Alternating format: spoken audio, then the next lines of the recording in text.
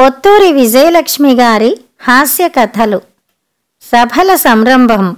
మన గుంటూరులో కాంగ్రెస్ సభలట అనే వార్త మా అందర్నీ ఆనందోత్సాహాలతో ముంచెత్తింది. సభల కోసం నల్ల చెరువు పూడ్చి అక్కడ ఏర్పాట్లు చేస్తారని, వచ్చే పెద్దలంతా ఉండేందుకు గవర్నమెంట్ గెస్ట్ హౌసులు సిద్ధం చేస్తారని వార్తలు వచ్చాయి.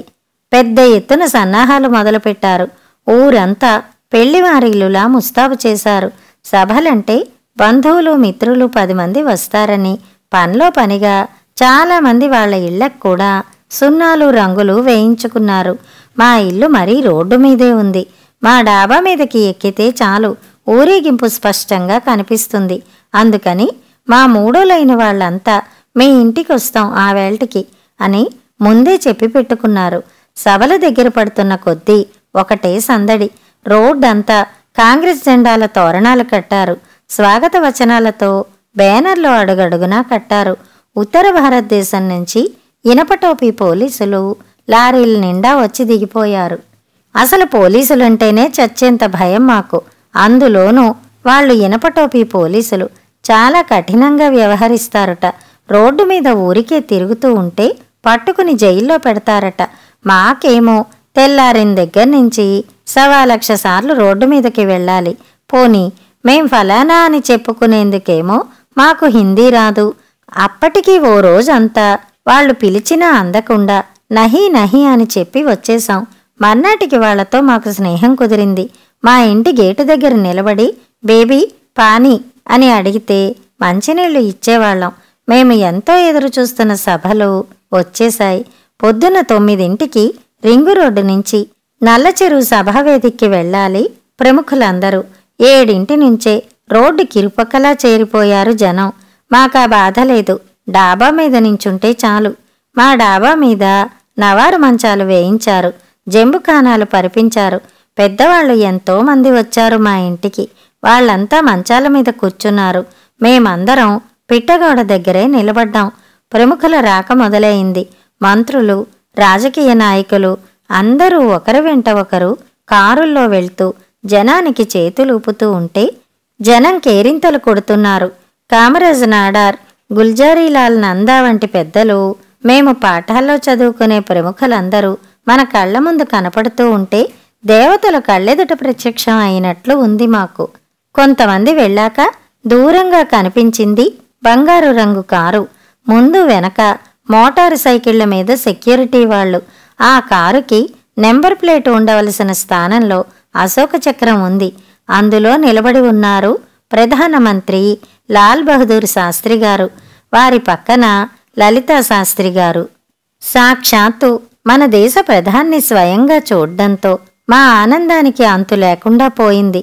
వినయంగా నమస్కరిస్తూ చెయ్యి ఊపుతూ మా ముందు నుంచి వెళ్ళిపోయారు ఆయన. జనం అంతా ఆ పారవస్యం నుంచి బయటపడకముందే దూరంగా మరో నల్లకారు వస్తూ కనిపించింది. అందులోని వ్యక్తిని గుర్తుపట్టగానే జనం అందరూ ఒక్క పెట్టున హర్షధ్వానాలు చేశారు. చాచా నెహ్రూ ముద్దుల కుమార్తె ఇందిరాగాంధీ. ఆమెను చూడాలని కెరటంలా విరుచుకుపడ్డారు జనం. వాళ్లను అదుపు చెయ్యటానికి పోలీసుల తరం కాలేదు. రోడ్డు మీదకి దూసుకొచ్చేశారు. పోలీసులు లాఠీలకు పని చెప్పవలసి వచ్చింది. పోతపోసిన బంగారు విగ్రహంలా ఉంది ఆవిడ. ఆ అందం చూడవలసిందే గాని వర్ణించడం సాధ్యం కాదు. కట్టింది మామూలు ఖద్దరు చీర అయినా మెరిసిపోతోంది. అందరూ తనివి తీరా చూసేందుకు అవకాశం కల్పిస్తూ చీమలాగా కదిలింది ఆవిడ కారు. ఢిల్లీ నుంచి వచ్చిన పెద్దలందరూ వెళ్ళాక రాష్ట్ర మంత్రులు కూడా ఊరేగింపుగా వెళ్లారు. అందరూ వెళ్ళిపోయారనడానికి గుర్తుగా వారి వెంట ఉన్న పోలీసు వాహనాలు వెళ్ళిపోయాయి. జనం తృప్తిగా వెనుతిరిగారు. మా ఇంట్లో సందడి కూడా సద్దుమణిగింది. మళ్లీ సాయంత్రం సభల నుంచి వెనక్కి వచ్చేటప్పుడు మళ్లీ వస్తాం అని చెప్పి మరీ వెళ్లారు. ఇక సభలు మొదలవగానే మా ఇంట్లో మా అమ్మల సణుగుడు ప్రారంభం అయింది. ఏమిట్రా మరి, మేము చెప్పిన సంగతి ఏం చేశారు? ఈ పూటైనా భోగట్టా కనుక్కుంటారా అని కొడుకుల వెంటపడ్డాం. మీ చాదస్తం దొంగలతోలా, చెప్తే అర్థం కాదేం మీకు అని వీళ్లు విసుక్కోవటం. విషయం ఏమిటంటే ఇందిరాగాంధీ తండ్రి పోయాక మొట్టమొదటిసారి గుంటూరు వచ్చిందట. రాక రాక వచ్చింది. మళ్ళీ మళ్ళీ రావడానికి అవకాశం ఉంటుందో ఉండదో మా ఇంటికి పిలిచి తీపితో భోజనం పెట్టి గుంటూరు జరీచీర పెట్టి పంపిస్తారుట. అది విని మా వాళ్ళందరూ పగలబడి నవ్వేశారట, ఎగతాళి చేశారట. ఆవిడేం మామూలు మనిషా ఏమిటి మన ఇంటికొచ్చి భోజనం చెయ్యడానికి? మనలాంటి వాళ్లకు ఆవిడ దర్శనం లభించడమే దుర్లభం అన్నారుట. ఎంత గొప్పవాళ్ళైతే మాత్రం వాళ్ళకి బాధలు బరువులు ఉంటాయి.